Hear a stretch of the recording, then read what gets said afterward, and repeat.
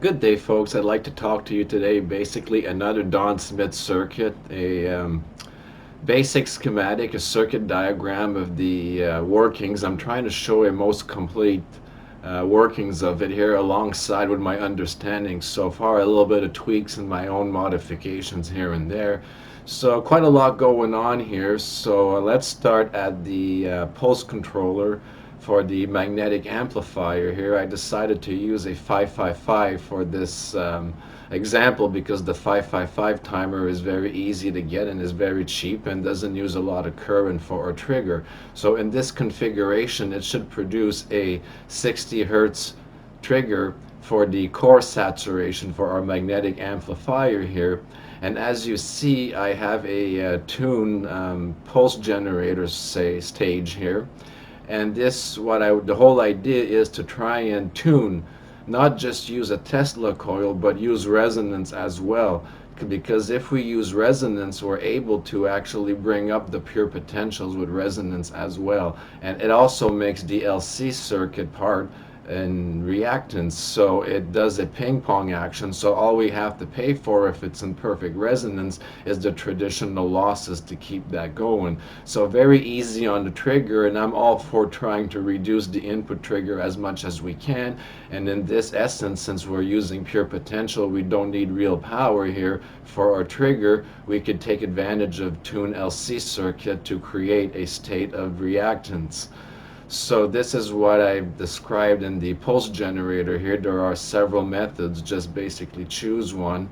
So this drives our primary of a Tesla coil device, and what happens here is we run basically the Tesla coil almost backwards, you see. Usually in a traditional Tesla coil we have our large cap on the top, but here I'm doing it in reverse. I use a large plate as an antenna for ground tuning, and we have to keep it isolated because it would interfere with the rest of our circuit, but we still want to have the benefits of enhancing that pure potential field that we're tapping into. So by using your large plate antenna as ground, that really enhances the output of the one wire system at the high voltage side of the Tesla coil. So as you see here, the one wire system goes on and it feeds an ion valve. What the ion valve is good is sometimes we have the field is so high with the skin effect, it'll jump across diodes and other semiconductors, and it gets all over the place in stages we don't want. So the ion valve helps us convert this very high field and gives us the potential. It gives us a voltage accumulation along the wire, which is very compatible with the AV diode plug, which converts that into, we still end up having a very high voltage, is what we're looking for as a pulse DC, which is what is the source of the magnetic amplifier. We give it a very high potential, so it has a lot of voltage to swoosh around with the modulations, and it's that displacement current between low and high that we extract. But we have a mechanism here to, what I'm trying to do is enhance every stage. So we have our antenna, as you've noted, just a 10-foot antenna on the AV plug gave us difference, some people, of hundreds of volts, right?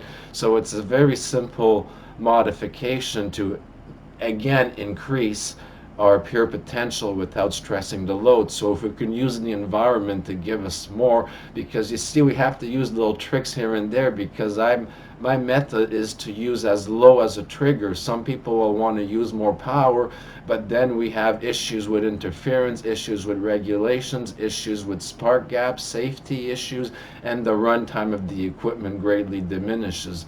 And of course the accessibility to the mainstream. I'm trying to find ways of making this practical, applicable for the mainstream.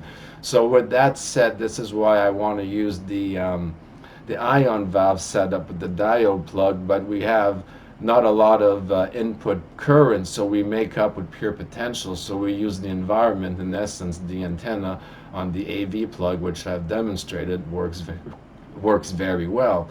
Now to extract this power, we use the kappa gen like coil setup here, which allows us to loop our grounds like people were talking about, use two distant isolated grounds, so we could also use the additional power nearby that's available in the ground that mixes in with this kappa gen coil, and then on our low winding side, this steps down the voltage to something more usable, but gives us a current in return thanks to the displacement current going between the back and forth caused by the saturation of the core from our 60 hertz trigger. So multiple systems working here together, but the point is trying to use, milliamps even, or 1 watt, or even what as low as you can, right?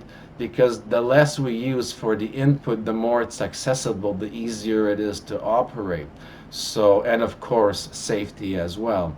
So we make up with that with the various systems between the earth grounds and the antennas and the tuning of the Tesla coil. All these systems accumulate. Next thing you know, you have an output in the several watts, which is comparable to a system that would use 50 or 100 watts without all of that headache. And of course, with this design here, I purposely eliminated the spark gap. Now again, as complicated as the schematic look, it's just a concept. You see, you need to calculate your LC variance with whatever your frequency is, and whatever your device is going to be, that's going to be different with everyone. And even tuning the ground, depending on what you're using, it may be more optimal at 8 feet for some, while it's going to be 20 feet for others, you see. So even though I can calculate LC values, nothing is really going to be practical unless you build the whole thing yourself. So the only thing I could suggest is to plug in your values with what you think you're going to use, what frequencies are going to get comfortable. But let me warn you, when you start plugging in values, the theory is one thing, the calculations will give you the optimal values, but when you start seeing ratings like 2600 UF for capacitors, or you need to have an extremely high UH, you see that it becomes quite tough in the real world to actually build this stuff. So you're going to have to really customize, and you're going to have to spend some time putting in values there, plugging in alternate values until you actually find a comfortable value that in the real world you could actually use. So they are there, but there is a challenge to plug in those values and reference to something that we can use in the everyday, or we could easily build, right? And of course, with the Tesla coil stuff, a high Q is part of it, which means you're going to want to have high windings there. So with that said, it's trying to find the right capacitor for that winding. So I'm going to leave it at that, and the schematic's pretty well self-explaining. If anyone has any questions, and again, I'm sorry if it's not 100% perfect. I'm just trying to demonstrate a concept here. So my apologies if there are circuit errors. I hope there's nothing very drastic here. So anyways, I try to correct as people do from time to time. Kindly note when I make an error. So with that said, I hope the concept at least resonates. That's what I'm trying to send out there today. So with that said, again, thank you all for your support and for watching, and please feel free to leave a comment, and have yourselves all a great day.